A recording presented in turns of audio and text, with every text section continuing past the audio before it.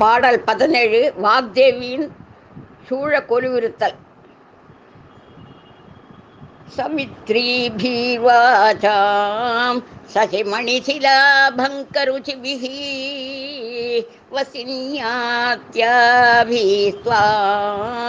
சகஜனனி சந்திந்தியதி சகர்த்தா காவ்யானாம் பவதி மகதாம் பங்கருச்சிபிः வசோபிர்வாக்தேவி வதன கமலா மோத மதுரை. நவரசங்களையும் பிரதிபலிக்கும் நயம் மிகுந்த சொற்களை உண்டாக்குவதில் வல்லவர்களும் சசிமணி சிலா பங்கருச்சிபிகி சந்திரகாந்த கல்லை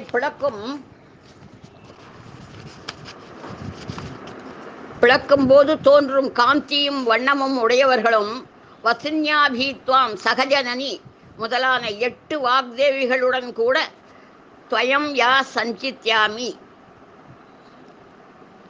உன்னை எவர் தியானிக்கின்றனரோ அவர் மகீயர்களாக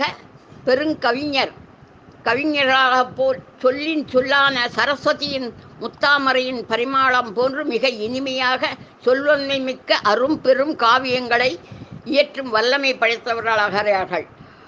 அமுதம் அக வரையிலான 16 எழுத்துக்கள் முதல் பாகம் கா முதல் ஞா வரை, 2ஆம் பாகம் சா முதல் ஞா வரை 8 கோணங்களுடைய சர்வரோக சக்கரத்தில் முறையே வசினி, காமேஸ்வரி, மேதினி, விமலா, அருணா, ஜெயனி, சரஸ்வதி, காளி என்னும் 8 வாக்தேவதைகளோடும் வித்யா, ரேகசா, மோசிகா, அமிர்தா, தீபிகா, ஞான அபியாபிகா இணைந்து 20 தேவதைகளும் 20 கலைகளும் காந்தாகர்ஷிணி, ரசாகர்ஷிணி, ரூபாகர்ஷிணி, ஸ்வர்பாகர்ஷிணி என்ற 4 துவாதச தேவதைகளோடும் கூடியவர்களாகவே ஸ்ரீ ராஜேஸ்வரியை தியானிக்க வேண்டும்.